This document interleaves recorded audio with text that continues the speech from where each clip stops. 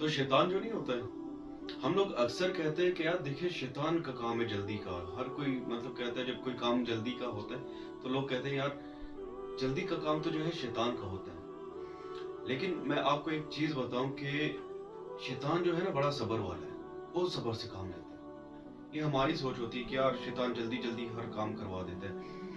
तो देखिए हम लोग जब नमाज पढ़ने वाले होते हैं तो उस वक्त शैतान हमें क्या कहता है कि सब्र करो, ठीक है, अभी तक बहुत वक्त है, तो थोड़ी देर बाद नमाज पढ़ लेना। अभी तुम्हारा कोई प्रोजेक्ट रह गया है, आप अपना प्रोजेक्ट कंप्लीट कर लें, या कोई गेम खेल रहा होगा भाई, गेम में लगा देगा। अभी तक तो 3 घंटे है भाई नमाज में, ठीक है, आप 3 घंटे बाद नमाज पढ़ लेना।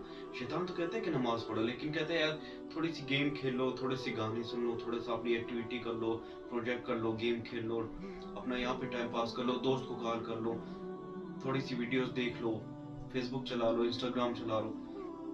इसी तरह जो होता है वो वक्त गुजरता जाता है और वो 3 घंटे आपके इसी तरह मुकम्मल हो जाते हैं और आप फिर कहते हो कि यार मेरी जोहर की नमाज चली गई, चले खैर असर की फिर पढ़ लूंगा। शैतान कहता है हाँ तुम नियत करो, तुम्हारी असर की नमाज भी इसी तरह ही जाया करूंगा। लेकिन फिर वो क्या करता है, वो सब्र से काम लेता है और इसी तरह से हमारी असर की अजान का वक्त होता है, फिर हमारी यही हालत होती है कि यार थोड़ी देर बैठ जाता हूँ, थोड़ी देर लेट जाता हूँ, थोड़ा सा खाना खा के बस फ्रेश हो लेता हूँ। तो जब नमाज का वक्त आता है फिर वसवसे शैतान आहिस्ता आहिस्ता डालता है कि यार मेरे कपड़े गंदे हैं, या मेरे अभी वजू नहीं है, तो चलो मैं वजू करता हूँ, एक 10 मिनट के बाद मैं वजू कर लेता हूँ भाई, चलो वही अपनी एक्टिविटी कर लेता हूँ। उसके बाद उसकी असर की नमाज भी चली जाती है।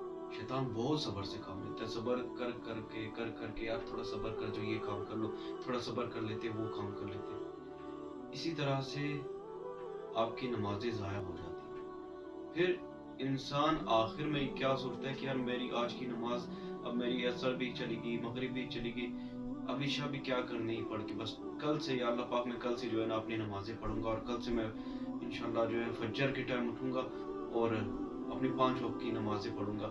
तो शैतान कहता है कि हाँ भाई तुम नियत करो, तुम सुबह उठो, तुमसे सुबह इसी तरह से तुम्हारी नमाजें ज़ाया करेंगी।